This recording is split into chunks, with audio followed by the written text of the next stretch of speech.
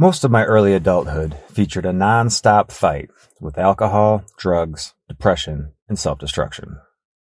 When I tried to drink my PTSD away, I got discharged from the Air Force for alcohol treatment failure in 2008. Later that year, my wife at the time received a change in duty assignment, so we moved to Abilene, Texas. There, I tried to stop drinking, quit abusing pills, and started taking small steps towards a healthier way of living.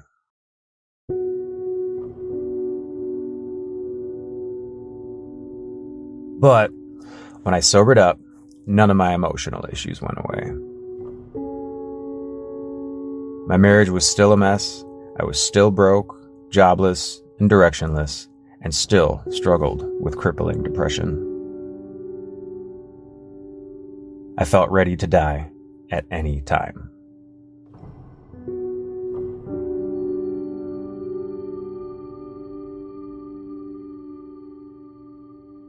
Shortly after arriving in Texas, I became friends with Nick Martinez. He grew up riding horseback around the desert of West Texas and became a mentor to me in the outdoors and adventure. Nick and I had paddled a couple times together before, but I was still brand new to kayaking.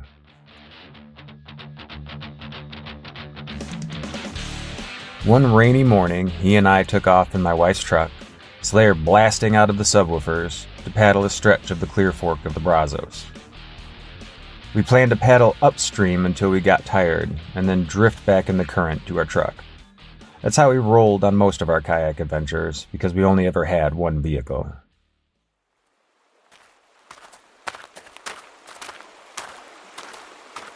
On our way to the put-in, we passed a group of fishermen sitting at a picnic table. They cautioned us about how dangerous the river was that day. "You boys got life vests?" they asked. "I do." "He doesn't," Nick said, nodding at me. It wasn't just today that I didn't carry a life preserver. I never brought one. When I bought my kayak, I named her Jenny Colorado, the Red Jenny. But I neglected to buy a life vest for two reasons. One, I didn't have the money. And two, given my emotional state, the idea of preserving my life never really crossed my mind. I looked at the anglers and shrugged. Mortified, they urged us to take an extra life vest from their boat. We waved and carried on to the put-in. Nick and I had paddled this stretch of the river once before. It resembled most of the rivers in that area of Texas. Shallow, foul-smelling, and pretty boring. But storms had just raked the region for much of the past few days, and when we showed up that morning in the pouring rain, we found a much different river. What had been a placid waterway now gushed with the force that crested both banks and flooded the surrounding lowlands. From the shore, I watched a whole tree, complete with roots and branches, churning downstream. It fully submerged, then shot up into the air and crashed back into the river. The branches, a legion of terrified fingers, desperately reaching out for anything to hold. Nick and I had to shout to hear one another above the surge of water. I decided to go ahead and grab the life vest from the fisherman's boat. It was a cheap, $5, blaze orange gas station special. I jammed my lucky tomahawk, which I bring on all my adventures, under my seat. Then we put the yaks in at a large eddy, muttered some weird nervous shit to one another, and pushed out into the current.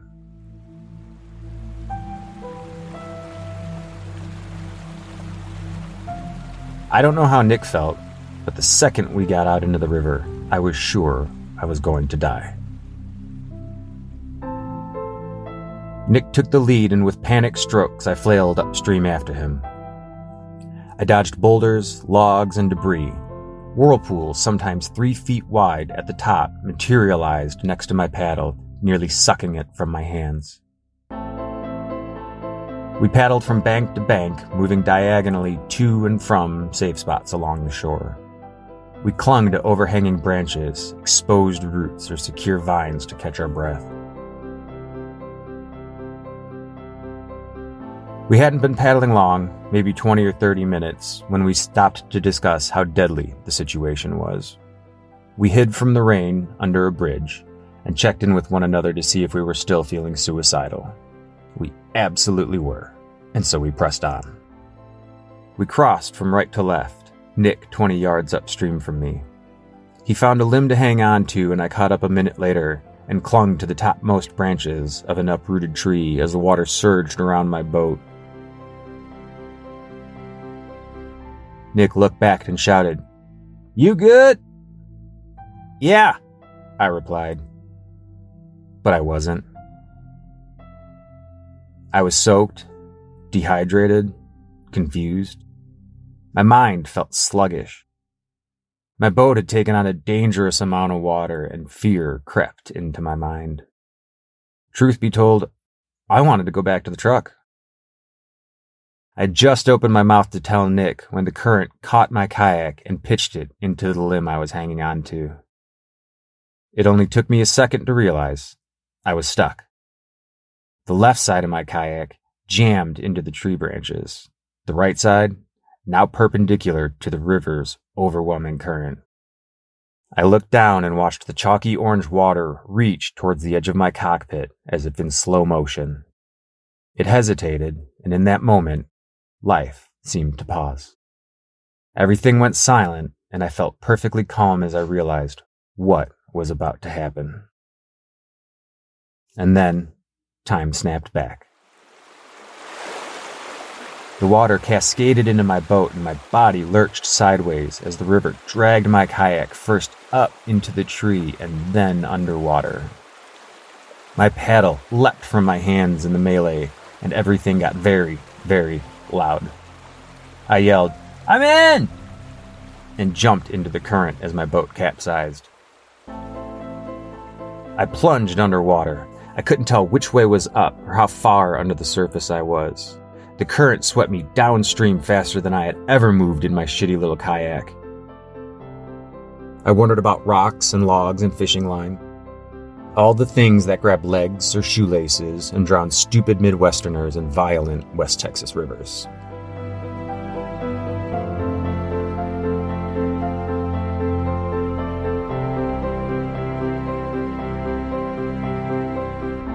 When I resurfaced, Nick yelled at me to grab something. I reached up and clasped an overhanging branch. The current swept my legs out from under me, while the weight of my clothes pulled me back down. The only thing that kept my head above water was that bright orange $5 life preserver. I caught a glimpse of something red streaking downriver. My boat. "Go, Jenny, go, you badass little thing." Nick yelled at me. "Can you touch the ground with your feet?" I yelled back. "No!" Nick told me to let go and find a place closer to shore where I could get out of the current. But I felt like if I let go, I might die. I clung to the branch for dear life. Nick yelled again, "Keith, just let go." And I did. Water filled my ears, nose, and throat. A few yards downriver, I caught another branch. Above the roar of the water and my pounding heart, I heard Nick yell, "Can you touch bottom?" I felt around with my feet, and sure enough, I could touch the ground. Using the tree limb, I pulled myself slowly out of the current toward shore. My feet sunk into the clay, and I lost a shoe before I grabbed handfuls of grass and pulled myself up onto solid ground. When he was sure I was safe, Nick took off after my boat. I lay there, heaving, convulsing, and terrified. Once I caught my breath, I recovered my shoe and took off downstream at a dead run. No idea why I ran. I think I was just so scared. I had to. I ran even though my lungs and throat burned, even though both sides of my body cramped and screamed for me to rest. I found my paddle close to shore and finally caught up with Nick, who had lashed Jenny to his kayak and found a place to pull out. Once Nick and the boats were back on shore, I collapsed on the ground. After a moment, I took stock of my possessions and realized that miraculously, my lucky tomahawk never came out. We broke into hysterical laughter. I guess we were so scared, laughing was all we could do. It's strange how we process terror.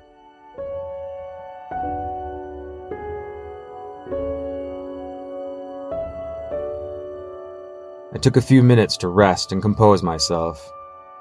Then, we put in and tenderly hugged the shoreline until takeout.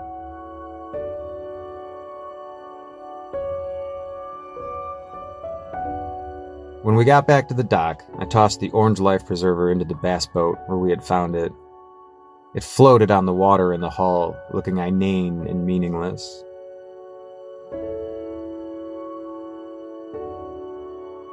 Soaking wet, Nick and I smoked a few cigarettes and made our way up the muddy bank to the truck.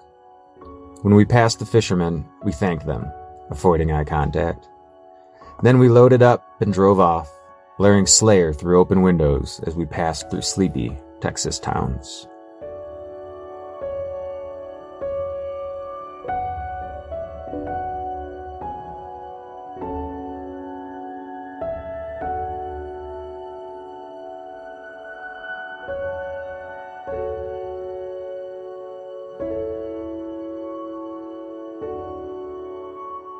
It took me a few years to realize how close I'd come to dying that day. At the time, I didn't value my life enough to think about the risks that my adventures posed, and I took unhealthy risks like that for years. It's lucky I'm still alive. Since that day on the Brazos, my battles with depression, anxiety, and PTSD have continued, but I'm finally at a place where I want to live this out. I've quit drinking and smoking cigarettes, and I practice a lot of self-care. I've taken up backpacking and blog about my trips and my climbing adventures.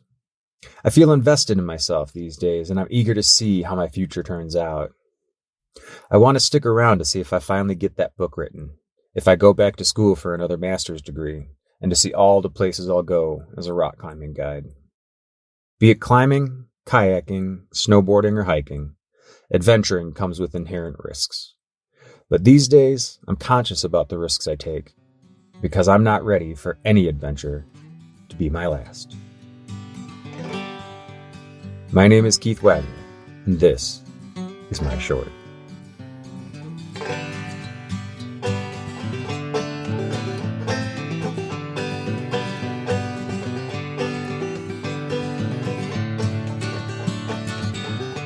That was Keith Wagner. You can find more of Keith's adventure stories on his blog, Chasing Hawks. That's chasinghawks.com. After the break, we hear another river story from Chandra Brown. Stay with us. Hey everyone, it is that time of year. We need your shorts, your stories, because you power this show. We hear from so many of you that one day you're going to submit your short and send it to us at the Diaries. Guess what? That moment, it could be right now. So make it a New Year's goal or use it as an excuse to take a break from Uncle Joe at the holidays. You make this community, your voice is valued. You can find all the information you need at our website, dirtbagdiaries.com. Click on the Write Us tab where you can find instructions and submission form. Pay attention to it. It helps the cause. Trust me. Link is in the show notes, so take a moment, click on it, consider it, and then get to work. You've got until January 19th to send us your short. Once again, it's dirtbagdiaries.com/write us. Thanks. The Grand Canyon is a place of tension. This may strike some at first as inaccurate, as many of us go there to experience an absence of tension.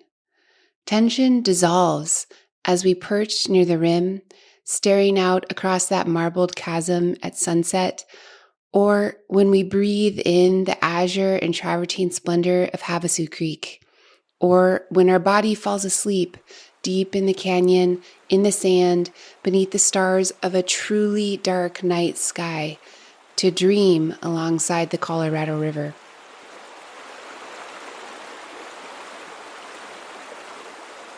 But there are myriad iterations of tension at play in the canyon. There are the ancient forces of immeasurable heat and pressure, the physical tension that has twisted the metamorphic bedrock into shape, that glistening black Vishnu schist whose fluted spires yearn skyward from the inner gorge. In the geologic record, in reading rocks, we see shades of time, hues and tones of history preserved in stone. We see what time does to a place, and we interpret clues about the life the place may have hosted in centuries or millennia past. There's tension between what some river guides call the rim world, life above the rim, out beyond the canyon walls, on asphalt and manufactured foundations, and the life we lead down there, below the rim, on the river and out of reach of obligation, pretense, and the drone of hypnotizing, disorienting media. Below the rim, despite the obscene quantities of gear and food and fuel essential to a journey down the Colorado, we are stripped of all cultural excess and expectation. We are afforded a fleeting glimpse at our fundamental selves. We shed the cocoons that enshroud us in our modern lives, and we're left with a chance at creativity. We can redefine ourselves with stories, superstitions, and tutus. After a couple or a few weeks in the sun and sand and water, our clients often claim that they feel more open, receptive, curious, connected, or calm. There's tension between the rapids and flat water in the canyon. 90 spectacular and intimidating rapids in 225 miles of sometimes dizzying, often demoralizing expanses of almost currentless pools. Whitewater, compared to most of our modern movements, is not actually moving very fast at all. It comes in bursts, in brief experiences, wherein what we perceive as time decelerates even as our speed picks up, and your oars slice the water, and your heart, racing, beats in sync with the waves cresting your bow. And then it's over, just as quickly as it began. As an aging river guide, I also wrestle with the tension between home and away, between here and there, between the imperative to grow roots and the impulse to expand ever beyond. That's common, I think, in people who live a lot of their lives outside and outside the boundaries of convention. When I'm home, in the late fall, I walk with my 14-year-old Labrador, Arlo. He sniffs at paw prints in the snow. Often, for so long, I get restless. He revels in that unknowable magic of olfactory exploration, of old holes in the ice or earth, tracks of histories, and moments preserved in impressions. I tell Arlo that he can let me know when he's ready to be done with arthritis and wobbly hips and bad teeth. I wait for him to give me that signal. I get to help him here toward the end of his life, to keep his dignity and to let go of his physical body before it becomes too painful for him to wag his tail. Arlo and I have spent much of our lives both intensely together and intensely apart. We've made the long drive between Alaska and the lower 48 more times than I can track. He's seen me through heartbreak and transition, through darkness and the eventual return to light. And I've left him, repeatedly, for each summer of his life and sometimes in winter too. He's tolerated the distance.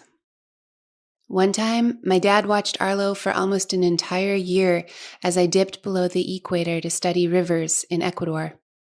That absence made the year feel infinite. A year is but a wing beat now. Once during that time, when I was missing Arlo and Alaska so much it hurt, my dad told me that dogs don't perceive time the way humans do, that Arlo would forgive me for leaving, and he did. When things feel heavy, I take a cue from geologists, and I burrow into the comfort of deep time, resting my worry within the knowing that our lives are but heartbeats, brushstrokes on an infinite canvas. I sometimes imagine that I can filter the sadness of the world through me, and I try to envision myself as a tool, a resource, I picture sadness strained out and deposited within me like sediment trapped behind a dam.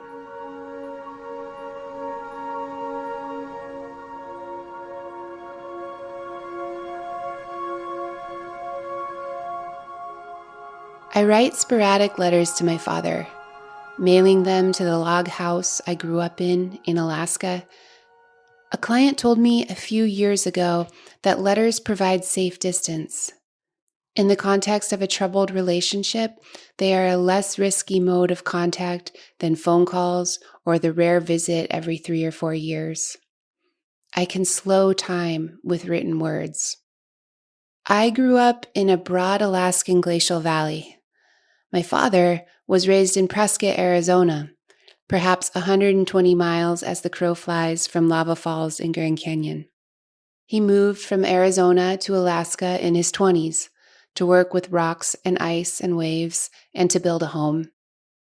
As kids, when my family would occasionally travel to Prescott, my dad would take my brother and I fishing for sunfish in the Willow Creek Reservoir. We would collect ponderosa pine cones from our grandparents' yard. The Arizona sun lit up the turquoise and silver Navajo pieces my mother wore on her arm. My dad once gave me a pair of turquoise earrings shaped like hummingbirds, his favorite birds, whose feet are too small to stand on, but who, during migration, can fly across the entire Gulf of Mexico in one long night. I loved and wore those hummingbird earrings often. My own migrations these last few years have taken me north and south between Alaska, Montana, and Arizona, seasonally, mostly catalyzed and directed by river work. I've been guiding families down rivers for 2 decades now. Fathers and sons, mothers and daughters, extended families on reunion, grown sisters and brothers who bicker like school kids. And yet, I've never taken my own father, mother, or brother down the Grand Canyon, despite attempts to lure them individually to the desert. My father used to talk about Havasu with wistful words. He hasn't visited that place since childhood when he hiked to Havasu Falls with his Boy Scout troop. And though he's never been to the place where Havasu Creek meets the Colorado, he's seen the travertine pools and shelves up high, the brilliant blue-green mineral water tumbling toward the main stem, the Redwall limestone and the water that swirls and slides toward the big river, flowing in the direction of the saline delta toward more dams and strawberry fields and dubious green desert lawns and misplaced urban water features. The water in Havasu Creek reminds me of the color of those turquoise hummingbirds and of the jewelry my dad used to buy my mom when they were in love. Sometimes in Grand Canyon, I feel sadness, envy, nostalgia. Other times, I feel immense gratitude for my oblique and inherited kinship to the Arizona desert. At times, I feel like a stranger here, an interloper from northern latitudes.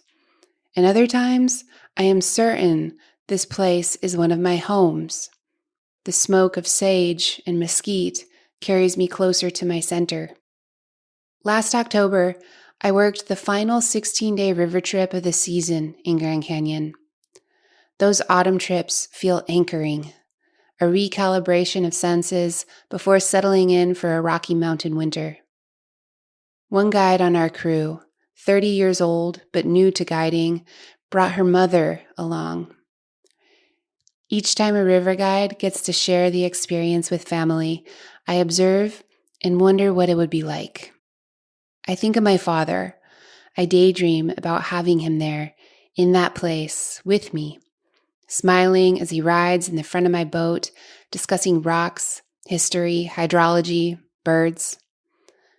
And then I sober to the fact that it'll likely be many more months or years until we share the same space again. Immediately after that trip, I began my northbound migration. I left Flagstaff on a 35-degree afternoon in late October, crisp and clear and blustery. I felt unsettled, concerned about the devolving state of the world, worried about my father, wondering if he would chop adequate wood for winter, reminded of the work that I had left undone before I descended into the canyon almost 3 weeks ago. All of this was likely agitated by an unexpected and biting wind.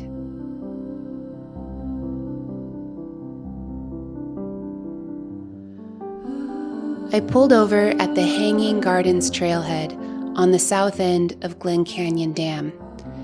In all my years of migrating along Highway 89, I'd never stopped to walk here. I usually feel compelled to zip past the congestion on the rims, to let the drive serve as my solo transition through the space between the Colorado River and my Montana home. The trailhead was crowded compared to the river below, and a dozen other walkers wandered the wide and gently graded trail, dressed in boots and down parkas. Smiles were elusive, obscured by scarves or puffy coat collars. I walked until I found an unoccupied spot of sandstone, looking out over the bathtub ring of Lake Powell. There I sat, facing north, looking past the concrete mass of the dam, beyond the tragedy of Powell, and I closed my eyes. Floating downstream those last 16 days, I had disappeared and let go of what lies above the rim. Our cadre of river travelers was swept up by a current that took us in one direction, away from before. Downstream movement where indecision is either pointless or dangerous. The Colorado moves with the choked up, held back energy of a once free river who has been tamed, restrained, and altered. Yet more beautiful tension. As my father ages, I wonder if he will ever leave Alaska. And I make plans, there on the sandstone, to go visit him up north in the coming winter. Maybe it's true that our physical hearts have simply traded geographies. His resides now solely in Alaska. The desert is only memory for him. And his memory is fading more quickly than either of us can process. My physical heart now spends most of its time in Montana, dreaming of Alaska. And these precious forays to the Mojave and Sonoran deserts keep exquisite tension on the line that connects me to my past and to my father's, and to the Colorado River water that runs through our bodies and memories. An awareness of passing time wells inside me like the swell of a wave. This is the tension I feel most often in the canyon now. A mounting hum, a crescendoing realization of the ephemerality of existence. The waves build and recede within the canyon walls as the water rises and falls, seasonally, but mostly as an echo of human whim.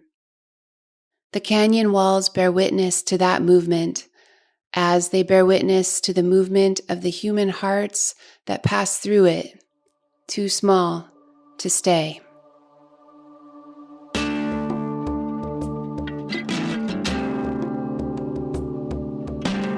My name is Chandra Brown, and this is my short.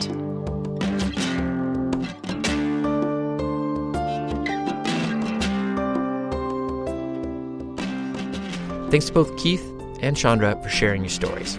You can take a river trip with Chandra that weaves art and writing at freeflowinstitute.com. Music today from Kai Engel, Loyalty Freak Music, Cloud9, Bradley Carter, Cordelia Zars, and Brendan O'Connell.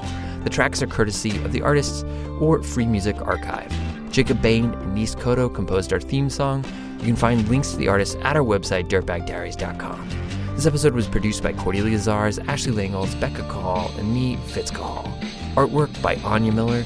Becca Call is our executive producer. I'm Fitz Call, and you've been listening to the Dirtbag Diaries. Thanks for tuning in.